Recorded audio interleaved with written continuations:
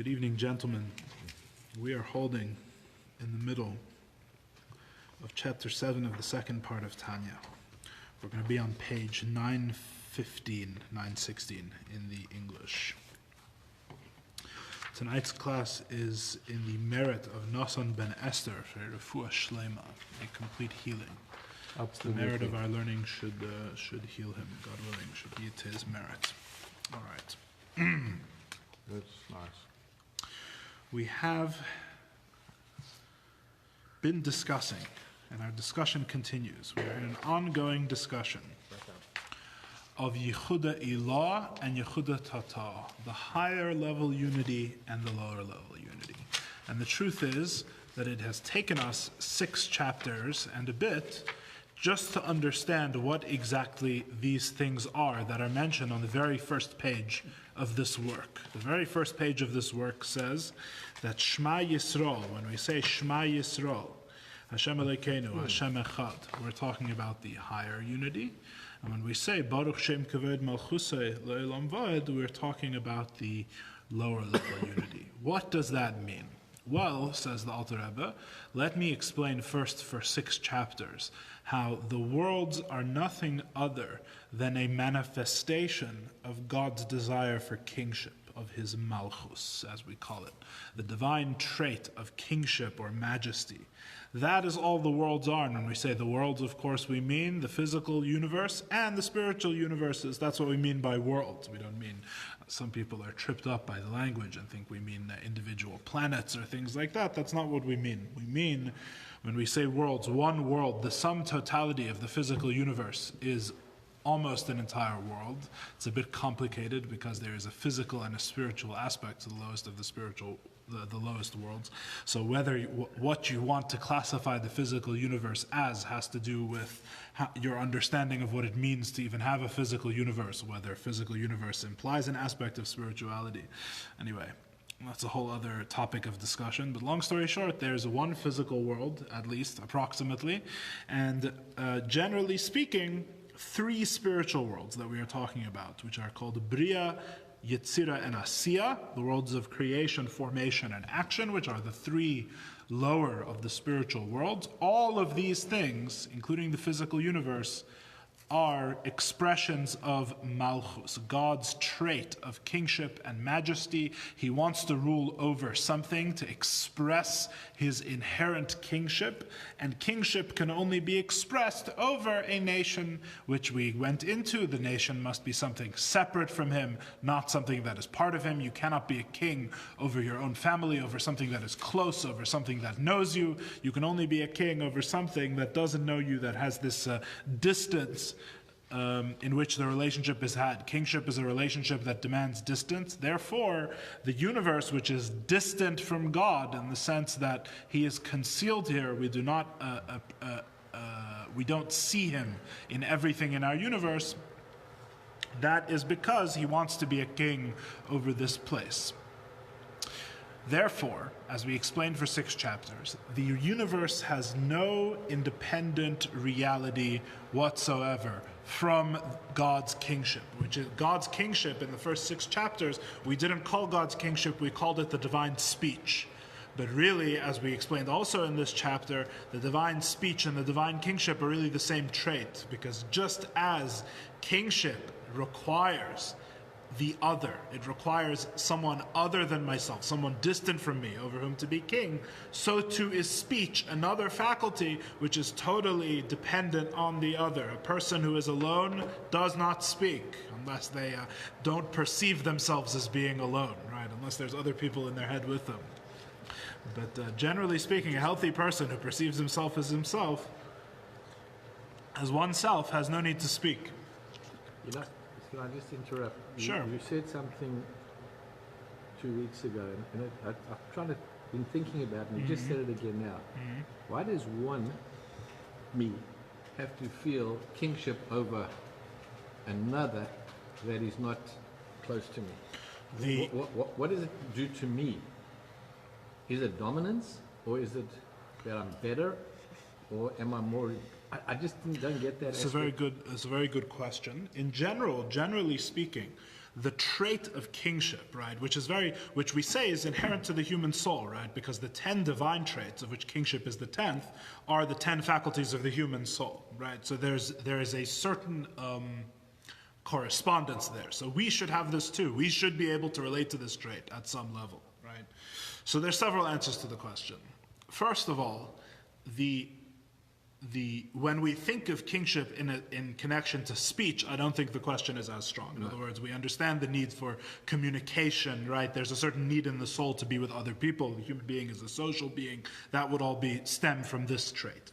But when we speak of kingship literally, a distinction has to be drawn between what we in the modern, and when I say modern, it's really, I mean that's a very broad term.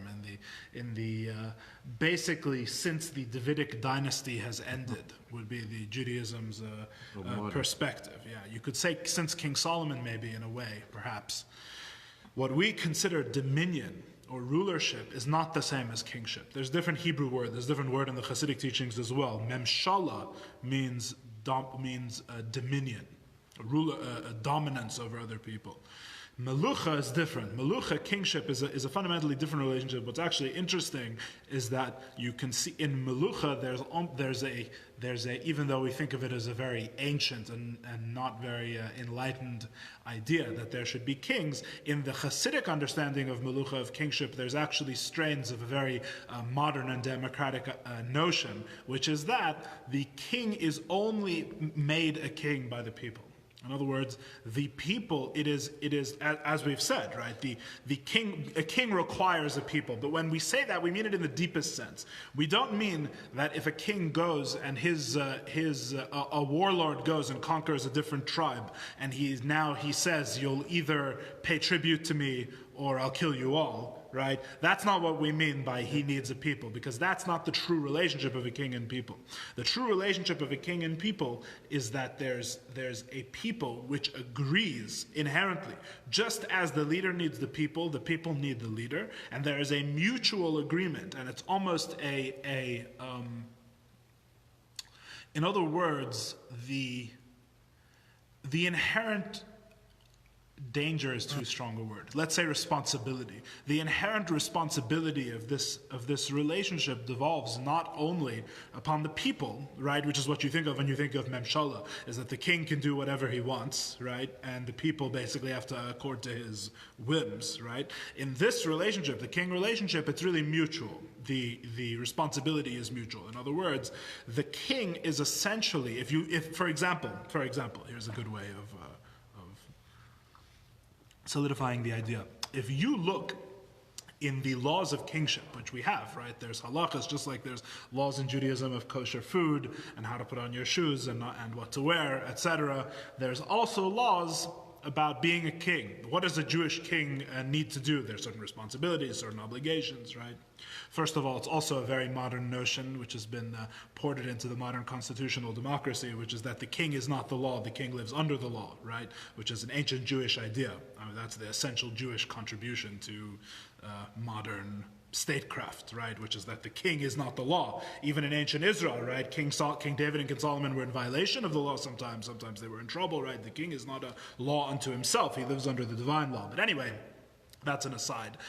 What's the fundamental law? So there's an idea, a halachic concept in Jewish law of kavod, of honor, right? And there's certain people who can forfeit their honor. So for example, if you're a teacher in Torah, if your rabbi walks into a room, you're really supposed to stand, according to Allah, according to Jewish law, as a sign of respect, just like for your father, right? It's also a Jewish law. Your stand is a sign of respect. A rabbi is permitted to say that it makes me uncomfortable when you stand, you should sit. In other words, he can be what's called meichel his kavod. He can forgive his own honor. In other words, he can say, I reject this honor, I don't want it. A king is special because a king is the only group, as far as I'm aware, I may be wrong that it's the only one, but at least one of the only groups in Jewish law who is not permitted to be meichel his kavod. The king is not allowed to say, don't stand for me when I enter the room. In other words, the king essentially in Jewish law is not a private individual. The king fundamentally is given over to the people. He loses all of his identity as a private citizen, right? There's what he's allowed to own is strictly regulated. What he has to do is regulated. He has to take a Sefer Torah with him everywhere he goes, which people don't know, right? So I think I'm getting the gist of the big picture. I'm talking about from a layman's perspective. Yeah. I can be a king over people in my house. Right. No, you close can't. to me. But I can be a king, from what you're saying, in the workplace to my people that work with me, because there's no emotional connection with them. They're supplying something and I'm receiving, and in terms of them supplying, I'm giving. Yeah. So I'm the king. I think that this relationship of kingship we don't really actualize in most of our lives. I don't think most of us are really a king. That's the truth. I think that's clarified. Helps. A lot of Okay, sense. good. Most people generally are not kings.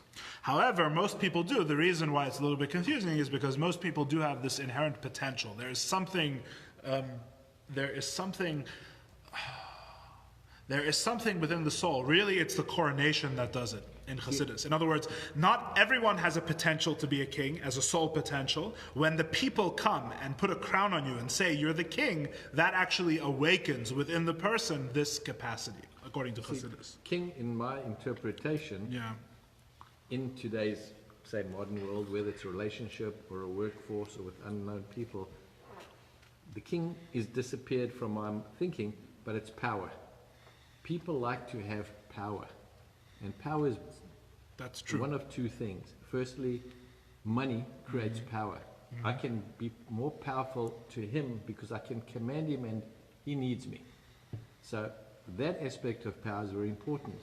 Someone that's more educated has power over someone that is they can talk you into a corner, and then all of a sudden you say, oh, you're right. I'm stuck. I don't think that's kingship. And that's not I don't kingship. think power is not kingship as we're talking about. Not power. Two separate ideas. All right, sorry for no problem. this diversion. No problem at all. It's good to be clear. So God creates the world because he wants to be king over the world. He wants to have this relationship of kingship for whatever reason. If you ask why does he want that, the ultimate answer is going to be that's an unanswerable question. Chassidus says that's not a question one can answer. Why God wants this, maybe it may seem to us a strange thing to want, but nevertheless that's what he wants. And therefore he creates the world in order to be king over it. Now, so we spent 6 chapters explaining that this is fundamentally what the world is. All the world is God speaking it into existence at every moment. Or to put it in the parlance of chapter 7, all the world is really God's desire to rule over it. The world reduces to that. If you weren't here for the first 6 chapters, that's a whole long discussion, but the bottom line is that the world has no identity beyond this divine trait. The world has no independent reality. All it is an expression of godliness in this particular way. It's an expression of his desire to be king. Now, chapter 7, really the first 6 chapters were just preparing us for the issue of chapter 7, which the issue of chapter 7 is, does not his desire to rule over the world lend a certain importance or inherent reality to the world? In other words, we are trying to reach a conclusion. We are trying to understand the idea that nothing has any independent reality from God whatsoever. Nothing has any independent reality from the Creator whatsoever. Everything exists only as an expression of God, as part of godliness, as a divine expression. However, if God himself values kingship, if he himself wants to be a king, doesn't that mean that if this is a divine trait, that the world has an inherent reality apart from God? In other words, even if the world only exists as an expression of him, isn't that expression important? Does it pull its own existential weight? In other words, when God pictures the world that he can create, and he has an inherent desire for kingship that he emanates, that he has this desire for kingship, once he has this desire for kingship, would you not say that the world is an inevitability, that God is compelled to create the world because it is important to his trait of kingship? In other words, even though what he creates will only be an expression of him, as we've explained in the first 6 chapters, nevertheless is the very action of creating it not something which he is compelled to do, that he needs to do, right? Which really, if you get really down to brass tacks and you put it in a slightly less abstract language, really it's contradictory to the whole foundation of Judaism. The whole foundation of Judaism is that God, first there was God and God was alone, and then God created everything else, right? What we're saying is that even when God is alone, so to speak, he has a need for someone else. So in other words, the existence of someone else, or the other than God, is as primary, is as essential, is as necessary, is as eternal as God himself, which is really contrary to the idea of Achdus Hashem, that only God is God, fundamentally. Only God is God. The idea that God needs the world implies that in some slight way, true, not totally, but it implies that in some slight way, the world also is like God in a sense, because the need for the world is eternal. That's basically the question of chapter 7. If there is a divine trait which needs the other, which needs a universe apart from him to exist, doesn't that mean that the universe is as eternal and as important as he is? And the answer is no. But why not? Right? Why not? There's 2 answers to this question. Why? Yeah, sorry. I've, as I'm sure a bunch of you know, I've been distant from God. The last 2 or 3 years, but I still know God is king. He is the king, the only king that I have in my being. And I know that to obey the king, I have to do things that don't affect my conscience. For example, I strayed off being kosher. And every time I had this which wasn't kosher, guess what? My conscience flared up, and immediately I didn't think about how good or how bad I did. I was thinking about the king, God. So is that what God wants from us? To know that we're subservient, and he is because he does create in us a need to do right in his eyes, and we do get admonished emotionally when we don't do right. So the kingship that you talk, I really struggle with this aspect, because there is only one king. Whether it's a prime minister or a president, I don't bow down. I don't see them as my king. I understand that they are part of the system, and they're carrying out the law or whatever. That's correct. Kingship doesn't come into that picture whatsoever in my mind. Right. I don't ever see myself as being king over anybody, however close or distant. But the one king that does affect me is what we're actually struggling with. Or, well, maybe you're not. I certainly am. Everybody struggles. But I struggle with this. Well, let me tell you a couple of things. First of all, just in connection with this, so you can see so to speak, how what you're saying fits in with what we're studying. 2 things. First of all, really this is clear in the first 6 chapters, which I recommend going back and studying or looking over them, or the class is recorded, you can look at the recordings of the class. But in the first 6 chapters, what we're really making clear is that this kingship aspect, right, is not the only truth of God. In other words, there's different aspects. The kingship aspect that we're discussing is really only one part of the picture. The true identity of the world, the true identity of reality, is a closeness with God, which is actually the theme of the entire book. Right now we're discussing reality as distant from God, but the conclusion is that reality is one with God. It's like as we described previously in class, it's like the ray of the sun in the sun. What we're studying is really not about a relationship of distance, a relationship of command, or a relationship of fear. In fact, in the introduction to this whole part of Tanya, for those who have been here for a long time already, the introduction at the beginning, before even the first chapter, the whole discussion is about how what this book is really about is not about fear of God, but this is what you think about to come to love of God. Because as we're going to discuss, this aspect of kingship, right, itself is not really the realest, the deepest, or the truest. In other words, this kingship, although God does desire to be king, and he does create a universe which appears to be separate from him, in which we have this relationship of, so to speak, commanding and obeying, that there is this sufficient distance that we can relate to him emotionally as a king.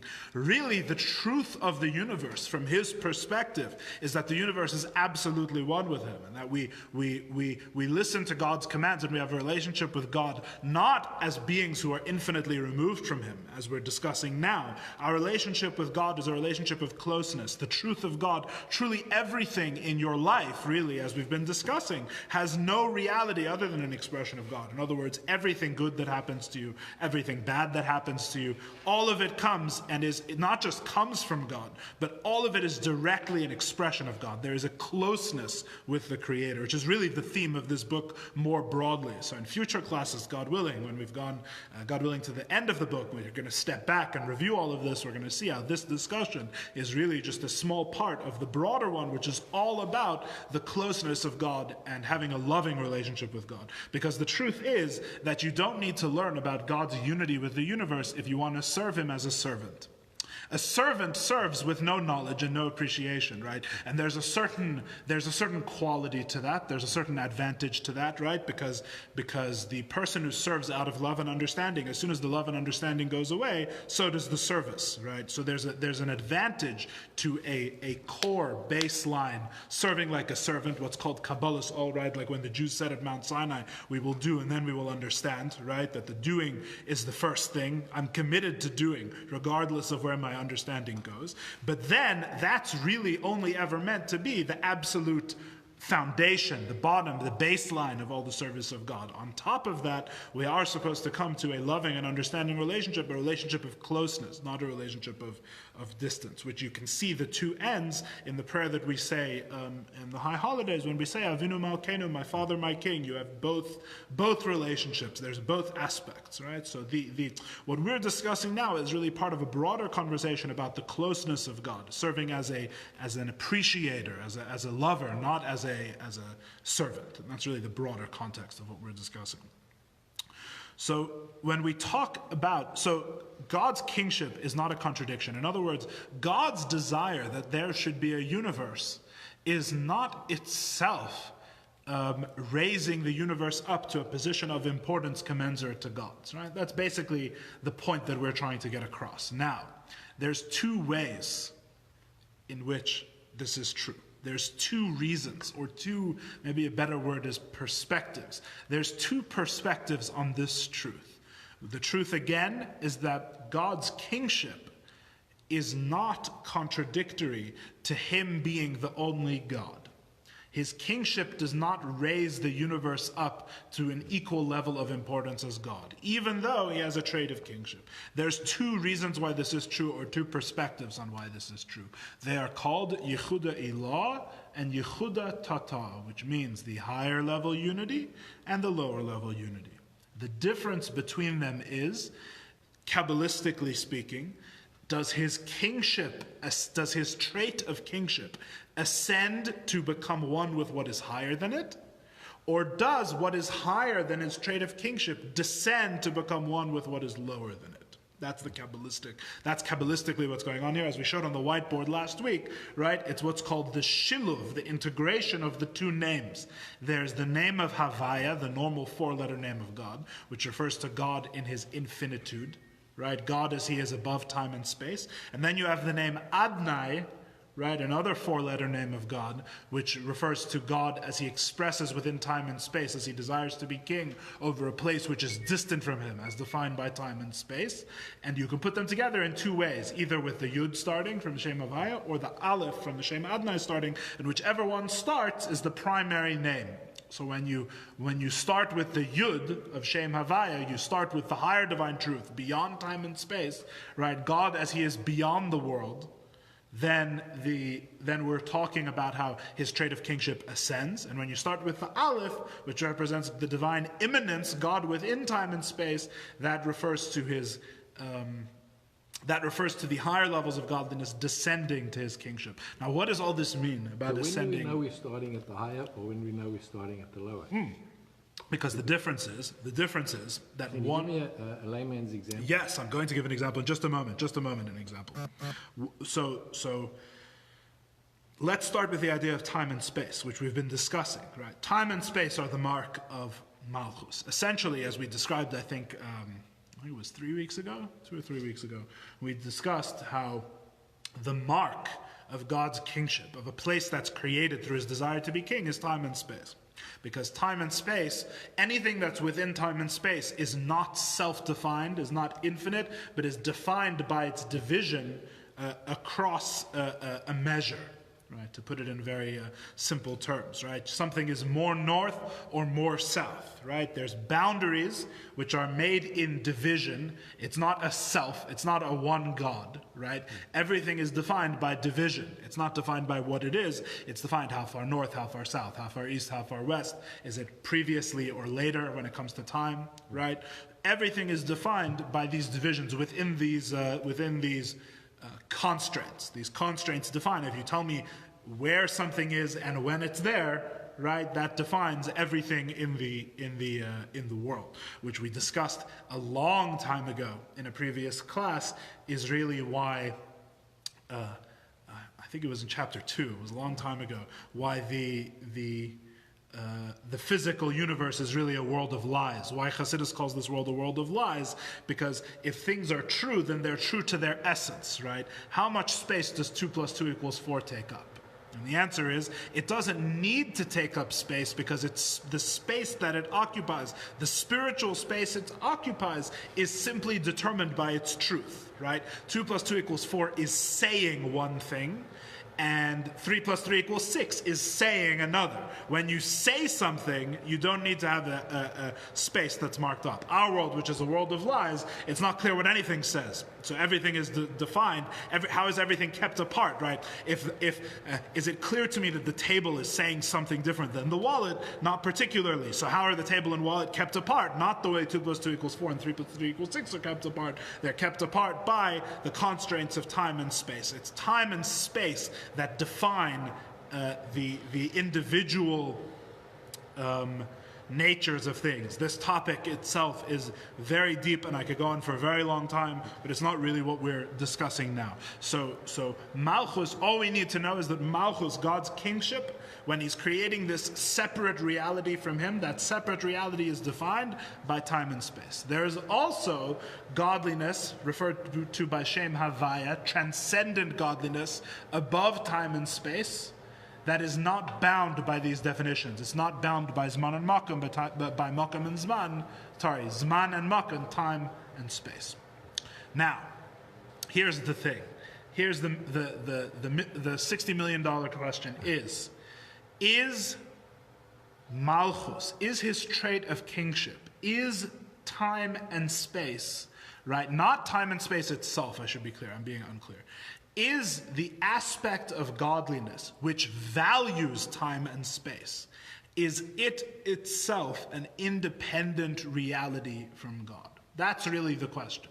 That's the question we're getting at in chapter 7. If the aspect of godliness which values time and space is of an independent standing, then time and space have importance, the universe is like God, and we have a problem.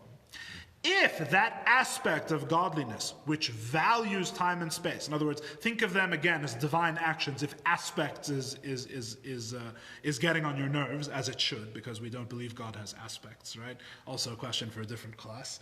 But we're just using these words because they're shortcuts, right? They make it easier to discuss.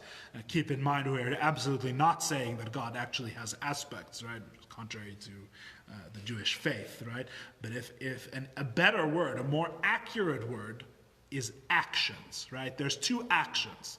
There's a divine action. There's God acting in a capacity where time and space are important. It is important to create a universe. That aspect, that he is acting in his capacity as a king. There's also acting in a capacity just as a self, right? As God. Pure God, divine self-expression. In which case, having a world is not important. Why would a world, time and space matter to God? Right? So he acts in two capacities. He acts in a capacity where the time and space are of no meaning or importance, and he acts in a capacity where time and space are of importance. Now, when he is acting in the capacity that time and space are important, is that action itself in any way separate from the divine, from when he's acting in the capacity that time and space are not important? Does this capacity or divine act or divine aspect have any reality apart from God itself, is really the question. And the answer is no. And there's two reasons why. Yichud Ilah, Yichud Tata.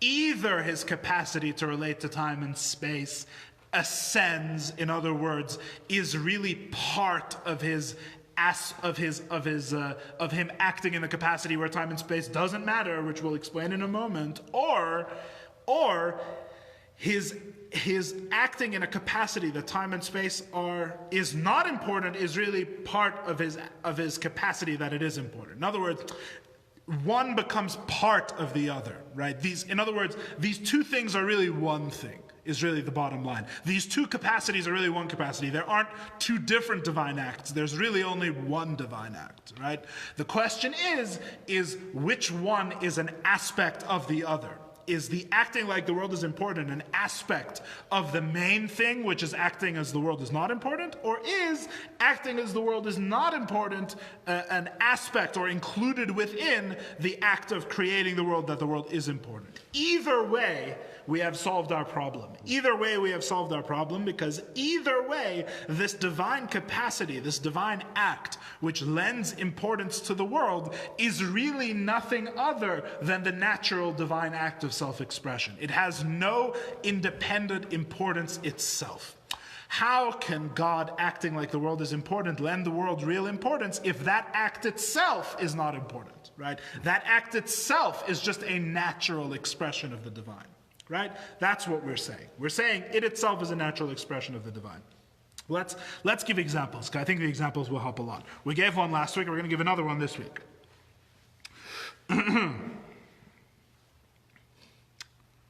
Our example that we gave last week, right, was the miracle of the Aron, of the Holy Ark in the temple, right? That the space of the Ark took up no space, as we've discussed in this class many times.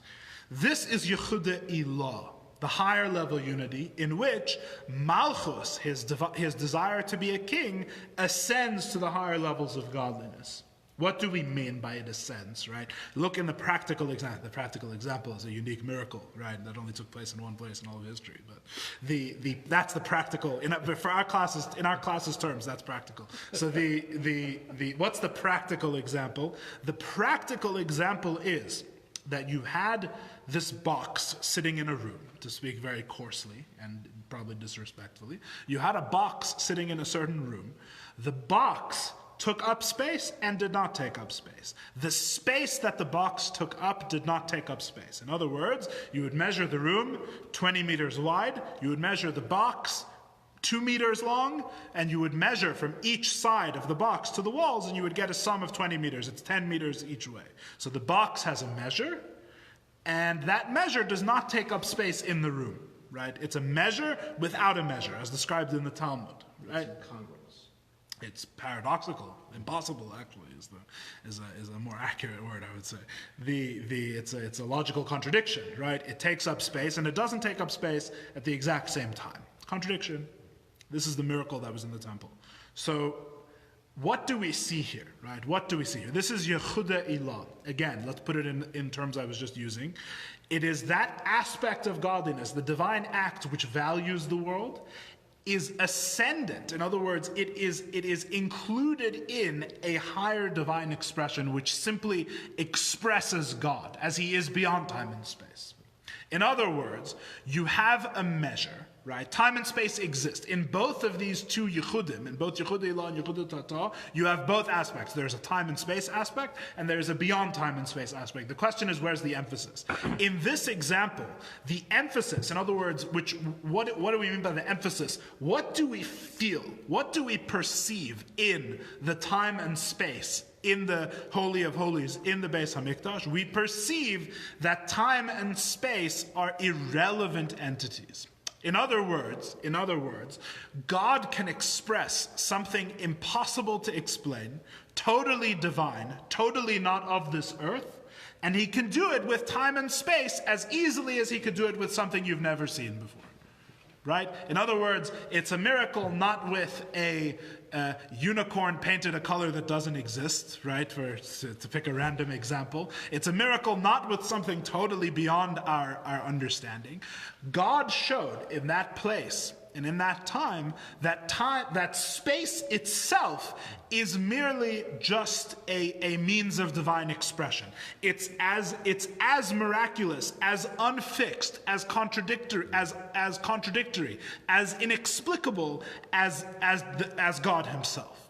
In other words, his desire to rule over the world creates a time and a space in Jerusalem where where on this mountain where there's the Holy and Holies, right? He has a desire for a world that is separate from him and conceals him. So therefore it has time and space. Everything is defined by separation. Everything's not defined by its divine essence, right? And in that place that he creates with his desire to be king, what did you feel in that time and space? You felt that there is no independent reality to time and space whatsoever. Time and space are merely two different ways that God expresses pure divinity. He expresses himself. That's all time and space are. That's what you would feel in that miracle. And that is what we are referring to when we say, Shema Yisrael Hashem Elokeinu Hashem Echad, according to the Alter Rebbe. When we say the Shema, what we are saying is that this world, which this is why we cover our eyes, right, because very famously, because this level of unity is very hard to even conceive of when your eyes are open. Right? This is a very otherworldly type of unity. So we cover our eyes and we think that God is king over, right, what's the halachic, what are you supposed to think when you say the verse Shema? It says, it's printed in our sidders, by the way. If you read the little paragraph that's before you say Shema, what does it say? You think about how God is king over Hashem Echad. God is one. What is one? Right? The Aleph, Echad, the word one. Aleph, it has a numerical value of 1, referring to the one God. Ches is 8, which refers to 7 heavens and the earth. And Dalet as the 4 directions. In other words, space, right? The Aleph, the one, rules over space. God, even when he is making a reality that is separate from him, even when he is making a time and space which will create a perception that the universe is not divine, that the universe has its own reality, even when God is doing that, what is he doing? He's purely expressing himself. He's purely expressing divinity. There is nothing else that's felt here except for God. The fact that we normally see time and space not in this way means that we're not perceiving the true unity of his malchus with him, of his kingship with him. If we were to truly perceive the way his desire to be king is not a separate desire, but is rather totally unified with God, we would see that time and space have no independent reality or importance whatsoever. They're expressing him just like the divine light in the higher worlds. They're expressing him like angels and the Torah, and when God would speak to Moshe Rabbeinu in prophecy, it's all the same. There's nothing more or less divine. There's nothing special about time and space that says that time and space matter to God. Everything is just an equal expression of God. It's all just God expressing himself. That's Yehuda Ilah. Yehuda Ilah, the higher level unity is that what do time and space themselves express that they themselves have no importance? They're totally irrelevant. God could have expressed himself in literally an infinite number of other ways, and at this time he chooses to express himself in time and space. They themselves have no importance, right? Or as we said last week and the week before, it's like the sun, right? Where the sun just shines, and the sun doesn't care. It doesn't matter to the sun if the light hits a landfill or the light hits a palace, right? Because why does the sun shine? It shines because that's its nature, so to speak, right? God just expresses himself, and whether that expression is an infinite light of Or Ein Sof that's described in the Zohar, or it's an expression of time and space, it's absolutely equal. Doesn't make any difference. That's Yichud Ilah. Yichud Ilah is time and space exist, but what are they? They are of no independent importance whatsoever. That's the higher level unity. What's the lower level unity, which is Baruch Shem, right? Which is the opposite motion. It's not that his desire for time and space ascends to become part of his regular expression. Rather, it is that his regular expression descends to become part of time and space, right? What's the example of that?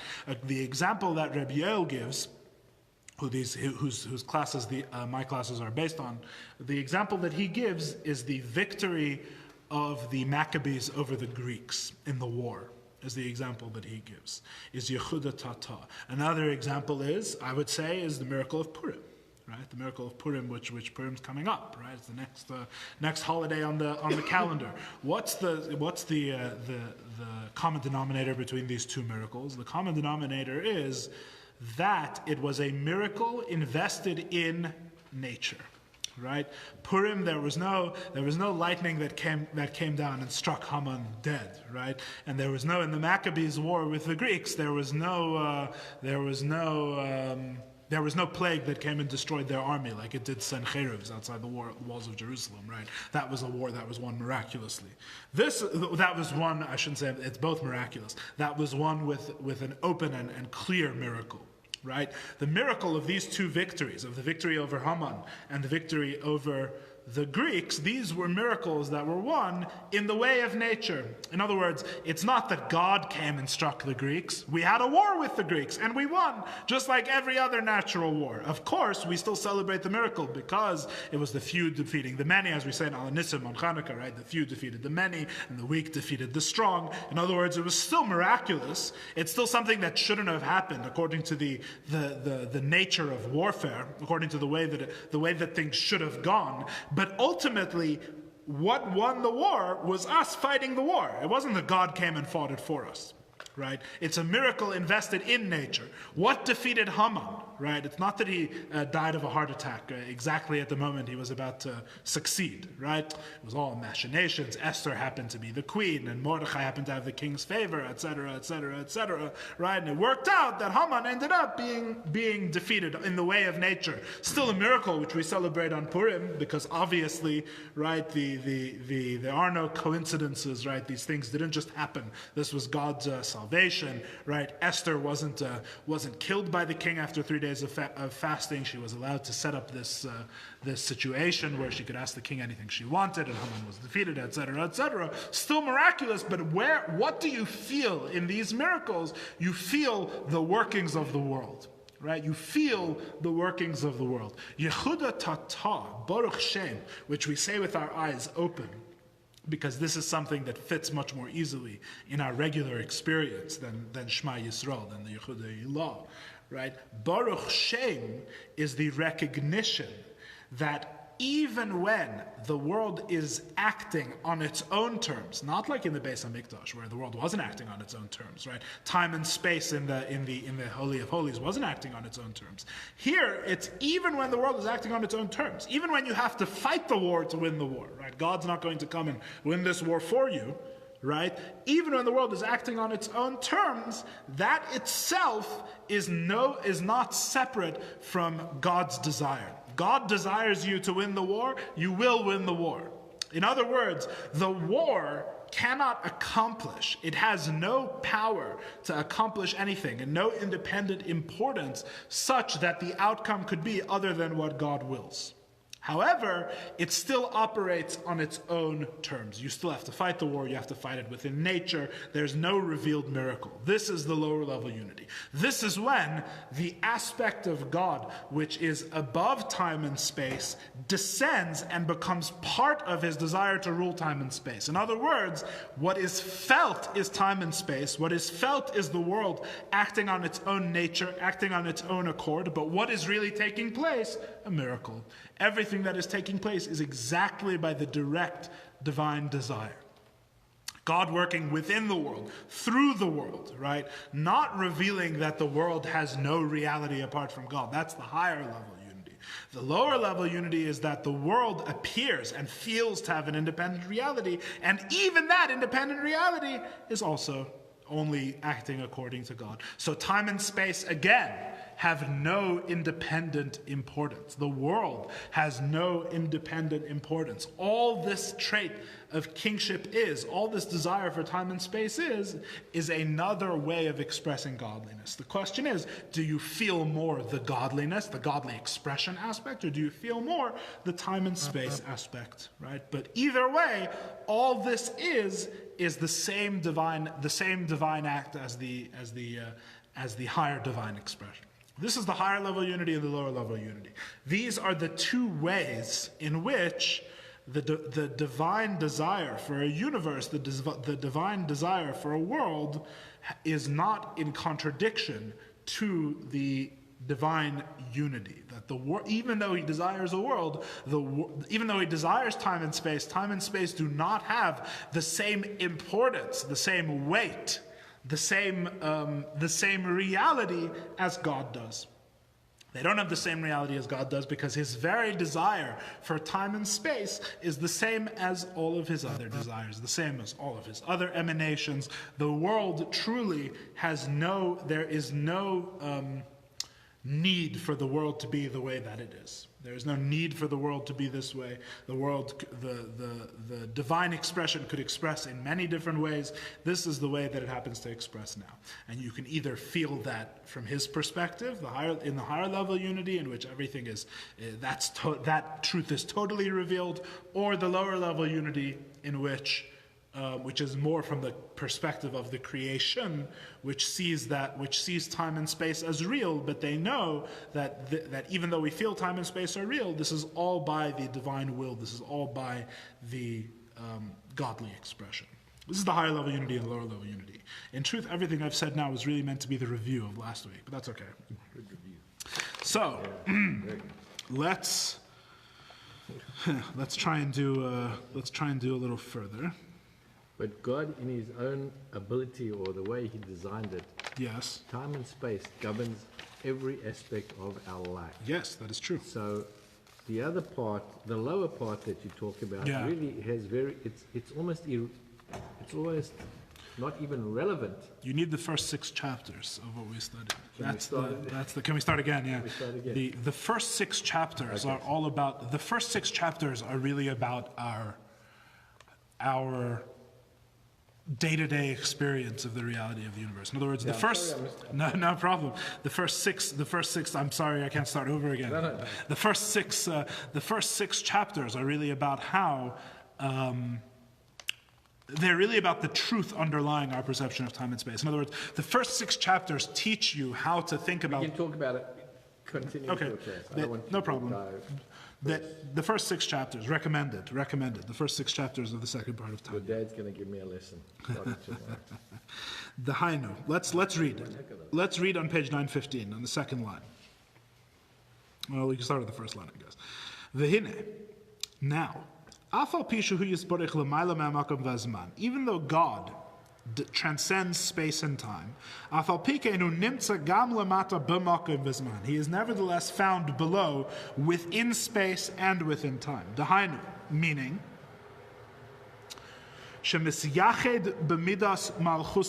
he is united with his trait of malchus, his trait of kingship, right? His God acting in the capacity of king.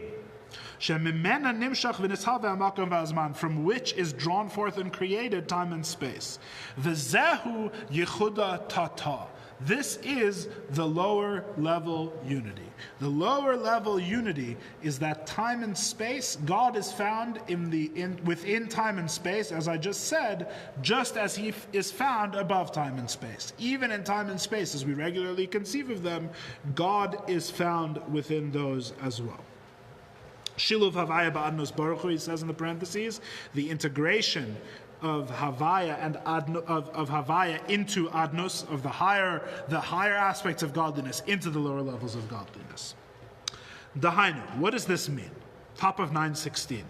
Shemehusay va'atzmusay yisbarich, his very essence and being, may it be blessed, hanikra b'shem Ein Sof Baruch Hu, which is called the blessed Ein Sof, which is a term you may have heard before.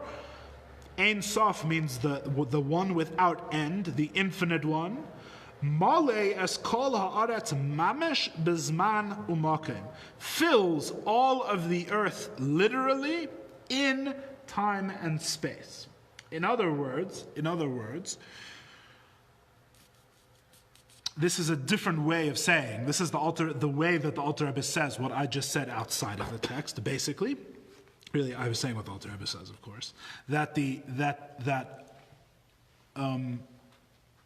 God's infinitude, right? God, as He is above time and space, He totally fills the place of time and space. In other words, his desire for kingship does not create a place devoid of His infinitude, of him as He transcends time and space. On the contrary, it simply further expresses Him as He is beyond time and space. If you recall, the metaphor of this that we used before, which is the same metaphor works here.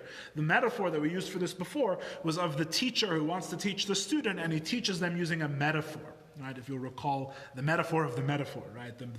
That he wants to teach the student using an analogy or a metaphor. And from the teacher's perspective, when he looks at the metaphor, what does he see? He sees that all the metaphor is a further extension of his intellect. The only reason the student doesn't recognize the metaphor to be a further expression of his own mind, a further expression of the teacher, is because the student is not looking from the same perspective as the teacher. If the student could see from the teacher's perspective, he would see that all the metaphor is itself an extension of the mind of the teacher. In other words, the mind of the teacher exists before he makes the metaphor. After he makes the metaphor, all that does is it extends his idea further. It's an extension of the same idea, even though it's on a different topic. Right? Even though a metaphor appears to be saying something else, right? The example we gave when we spoke of this, I think, was just what I picked off the top of my head that night, which was that the story of Moshe, of Moses going to get the sheep that's lost and bringing it back to the herd, is a metaphor for the idea of kindness or the idea of leadership, or whatever you say it's a metaphor for. So even though now all of a sudden we're talking about sheep, and the student may not initially see the connection, the student is confused. Why are we talking about a guy fetching a sheep? What does that have to do with leadership? Or what does that have to do with kindness? The teacher, from his perspective, sees that this example is just a further expression of the idea of kindness, or a further expression of the idea of leadership, right? He's only making the metaphor to make it clearer to his students. Right?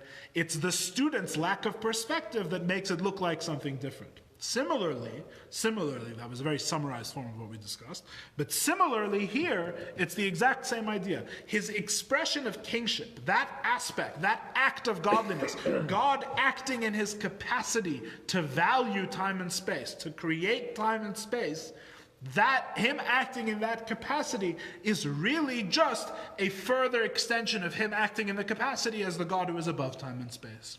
In other words, the two things are really one thing. There's no